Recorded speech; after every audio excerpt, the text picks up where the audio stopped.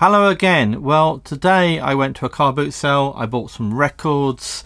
Now, sometimes I get stuff at car boot sales and sometimes I don't. It rather depends on the day. You just never know. All of this came from one car boot sale except for this record here. This 10-inch. So these 12 inches and these little ones I got today, and the 10-inch I got a few days ago or a week or two ago. Anyway, going to start with the little ones here. This one here, I put it onto this camera. This is a little, well, it says Pygmy gramophone. It's number 36 under the double eagle, played by the Pygmy Imperial Band, which is just a made-up name, really. Who it was actually played by is another question entirely. But this was a little record that was pressed for use with toy gramophones, although the content isn't particularly child orientated, really. It's some sort of band, maybe marching band, something like that. I'll give it a play at some point.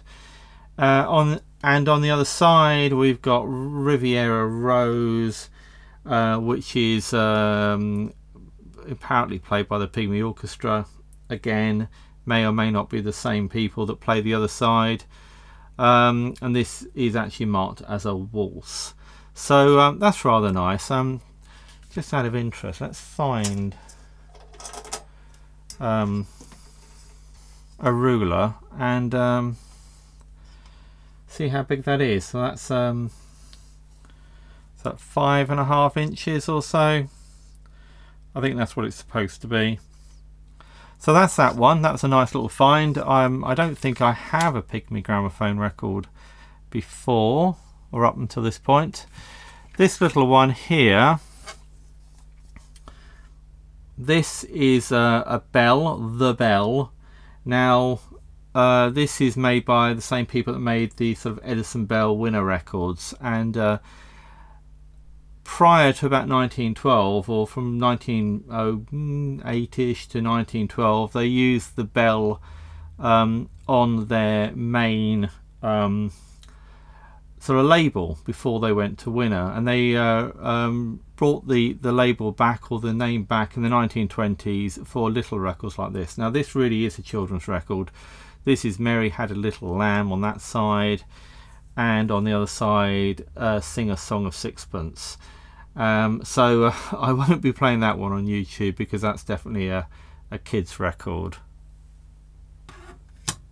Now this one here is the odd one out. This I didn't get today. I got this the other day at the same car boot sale but a different week.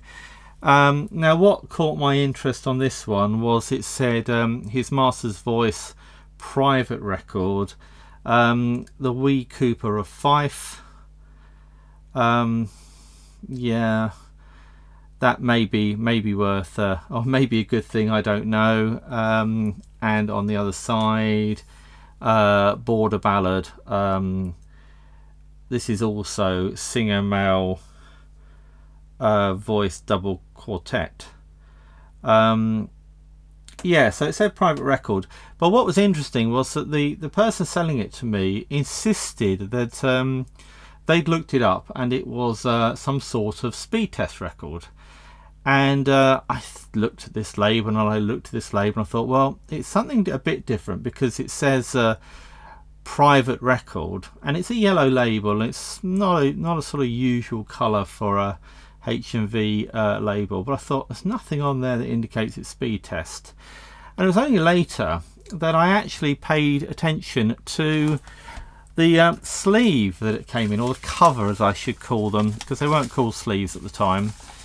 And this is the well, actually let's put it there, hopefully that's in camera shot.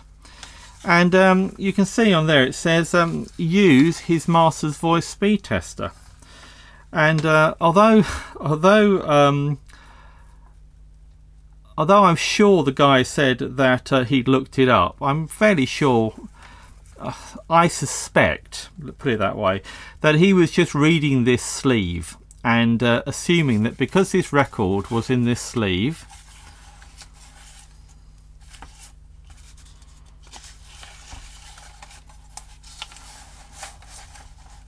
like so somehow. It's not a very good sleeve. That this record was itself his Master's Voice speed tester. And of course it isn't. His Master's Voice speed tester is this little device here, this thing here. And it says, his Master's Voice speed tester, by placing the tester on the turntable spindle while the record is playing, you will be able to see if the record is revolving at the speed required to assist perfect reproduction. And I knew that, which is why I didn't really pay much attention to the sleeve, because I knew that the sleeve, this speed tester, was this device here, which admittedly I don't have and would love to have one, even though I'm sure it's not desperately accurate compared to modern standards or modern techniques. So I knew that the sleeve was just a standard sleeve, but of course the person selling it, it was just one item that they had. They had no idea, why would they, that that the sleeve wasn't, or the cover as I should call it wasn't related to the content. These covers were just standard. They were just advertising ones knocked out, and any old record would end up in them, and over the years they've all been switched around. So so I happily paid the price for it, because it was a bit different. But what it goes to show is that the covers on old 78s are often misleading, and they do not relate to, or they often do not relate to the content or the record that's inside. So there we are. I thought that was interesting. So we put that to one side, put that over there maybe. Now here I got these today. I think there's 5 of them, and these actually are V-discs. Now I had one of these the other day, and this one is well, actually let's start on this side here. This is Darktown Strutter's Ball, Benny Goodman and his orchestra. On that side, actually, is it The Earl and Darktown Strutter's Ball, Benny Goodman and his orchestra on that side, and on this side is Swanee River and Dipsy Doodle. And these actually are they're vinyl 78s from, well, I understand about 1945, these ones. I don't know when V-discs came in, but these ones, I looked them up as it happens on Discogs, and they were all listed, and apparently they're from about 1945. So it's interesting, they say outside start 78 RPM, so they play just like well, I suppose just like other 78s, but obviously not on a wind-up gramophone with a steel needle. So I've got several of these. I think, as I say, 5. So there's that one there. This one, let's start on the A side. This is Laura and I Wonder, Woody Herman and his orchestra. Vocals by Woody Herman. And The More I See You and The Devil Sat Down and Cried, Harry James and his orchestra. Now there's this other information here, orchestral there. This says Easy Jump there. In fact, the previous one I think said Swing on one side. In fact, Swing on both sides. So they actually got a sort of category of the type of music, which I think is interesting, because presumably they were used by people who didn't necessarily know the band, and they would pick something, you know, they want a swing record, they'd look for a V-disc that said swing on it, and not one that said orchestral. So there's those two. There's this one here. Now actually it's a rather nice sleeve, or cover as I should call it. I don't know if we can get it in camera shot, maybe under the top camera. This is Lily Pons, the Gate Coltrato, Colrato, I can't say that, soprano, who records exclusively for his Master's Voice. singing a bit of Rossini in Italian. But that's on his Master's Voice record DB2501. Of course, this cover has nothing to do with this V-disc, and the V-disc itself, let's have it on this camera here. I never felt this way before. Live and Love Tonight, Duke Ellington and his orchestra, which is classed as suite. I don't know what the difference between L releases and K releases are. I'm sure it's all on the internet somewhere, and if you know, then please feel free to tell me, or any other information. And also, if you like this video, then please also feel free to give it a like as well. That'd be marvelous. Thank you. On the other side, oh, again, look, wouldn't you know, it's his Master's Voice speed tester again, just a bigger version, a bigger, better version of the other cover. So just goes to show that, you know, they just stuck this on sleeves or covers because they wanted you to buy the device. I'd like to say that they're easily available, but I'm guessing a lot of people just didn't bother buying them. Anyway, what's more important probably is actually what's on the record. This is The Story of Two Cigarettes, vocal by Monica Lewis, and also Cabaret, Paul Barron and his orchestra, and that's Suite. That's classed as.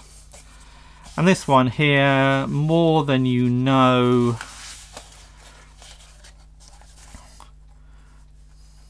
This is the A side. The combined bands of Jimmy and Tommy Dorsey.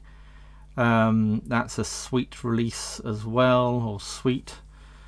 And on the other side we have Brotherly Jump, the combined bands of Tommy and Jimmy Dorsey again. Now, just before I forget, actually, I'll swing round to my BSR deck here.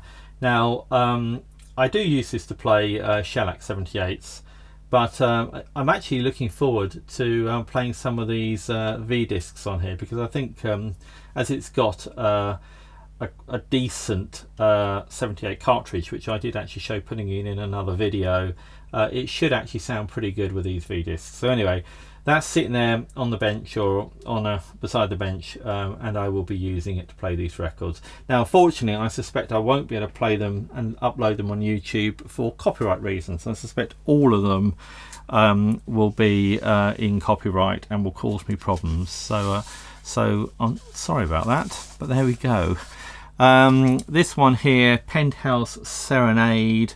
This is Charlie Spivak and his orchestra, which is also a Suite release, or Suite L release, whatever that means. And on the other side we also have Slow Freight and Fish Fry, Benny Goodman and his orchestra.